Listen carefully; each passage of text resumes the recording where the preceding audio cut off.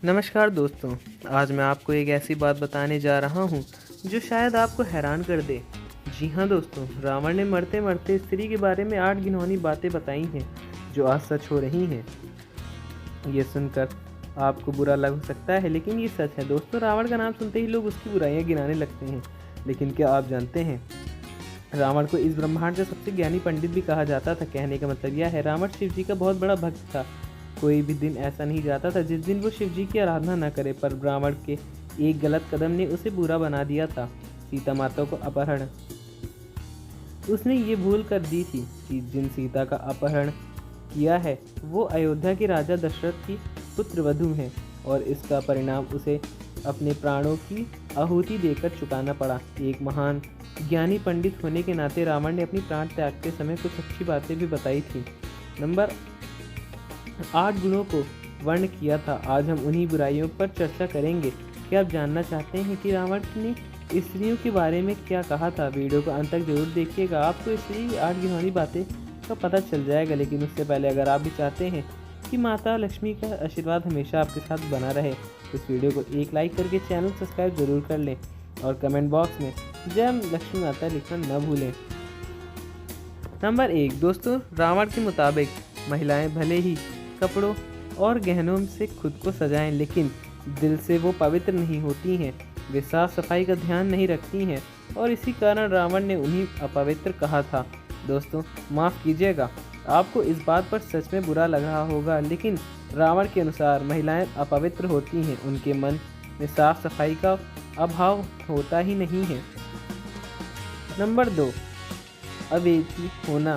दोस्तों महिलाओं अविवेकी होती हैं, इसलिए अक्सर भावावेश में आकर वे गलत फैसले ले लेती हैं, जिसका एहसास उन्हें बहुत देर तक के बाद ही होता है। इसलिए रावण ने कहा है कि भले ही स्त्रियाँ कितनी भी साहसी क्यों ना हो, उनके मन में एक भय जरूर होता है, और यह भय उनसे अजीबोगरीब कार्य करवा देता है। इस भय के कारण उनकी बुद्धि भ्रष्ट हो जाती है। जी हाँ दोस्तों, रावण के अनुसार स्त्रियाँ भले ही तेज दिमाग वाली और बुद्धिमान हो सकती हैं, लेकिन उनमें कई बार अविवेक देखा जाता है, जिसके कारण वे बिना सोचे समझे निर्णय लेती हैं और बड़ी से बड़ी समस्याओं में पड़ जाती हैं।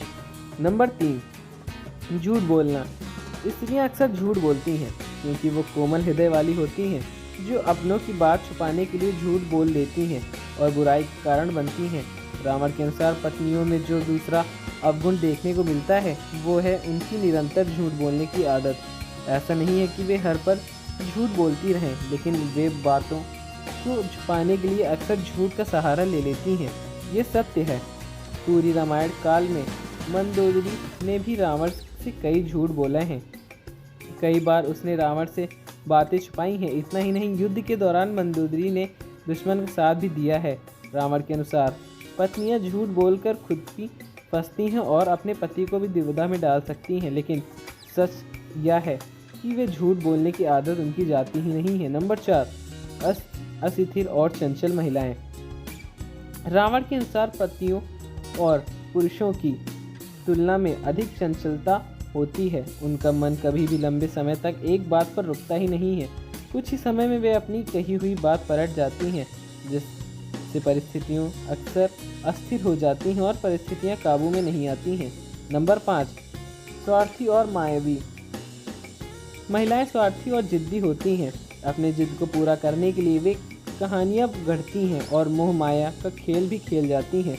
रावण ने पत्नी के जिस अवगुण की बात की थी वह उनके माया रखने का स्वभाव है। उनके अनुसार यह स्त्रियां एक कला है।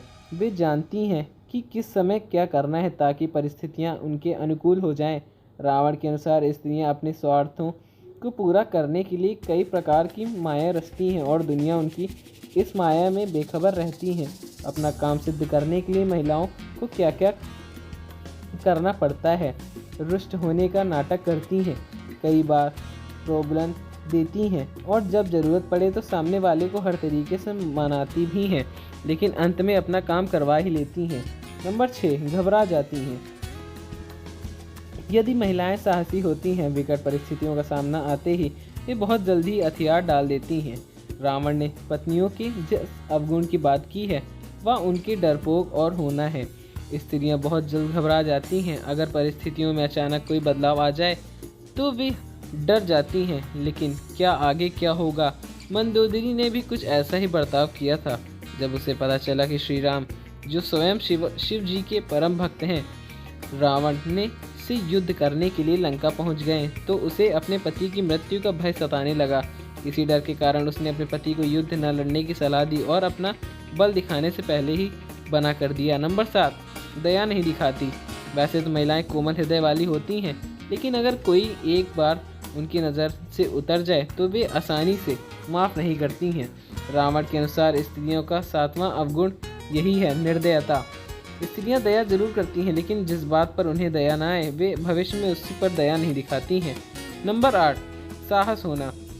रावण ने कहा था कि महिलाएं साहसी होती हैं, लेकिन अक्सर अपने बल का प्रयोग गलत जगह करती हैं। रामचरितमानस में वर्णित दोहे के अनुसार पत्नियों में जो अवगुण पाया जाता है वह बहुत ज़्यादा साहस होना, और साहस होना अच्छी बात नहीं है।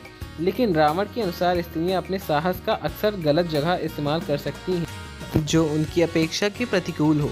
वे उसे बदलने के लिए पूरे साहस के साथ आगे बढ़ती हैं। वे ये नहीं समझ पाती कि उनके द्वारा दिखाया गया साहस सही है या नहीं। यह तमाम जानकारी जो रुचि को ध्यान पर रखकर दी जा रही है। ज्योतिष और धर्म के उपाय व सलाहों को अपनी आस्था और विश्वास के आधार पर आजमाएं। वीडियो का उद्देश्य मात्र आपको बेहतर सलाह देने को है। इस संदर्भ में हम किसी भी प्रकार का कोई दावा नहीं करते हैं। दोस्तों, अगर वीडियो अच्छी लगी हो तो लाइक करके चैनल को सब्सक्राइब जरूर करें और कमेंट बॉक्स में जय माता लक्ष्मी लिखना ना भूलें। मिलते हैं अगली वीडियो में, तब तक के लिए धन्यवाद। जय श्री राम, जय बजरंग बली।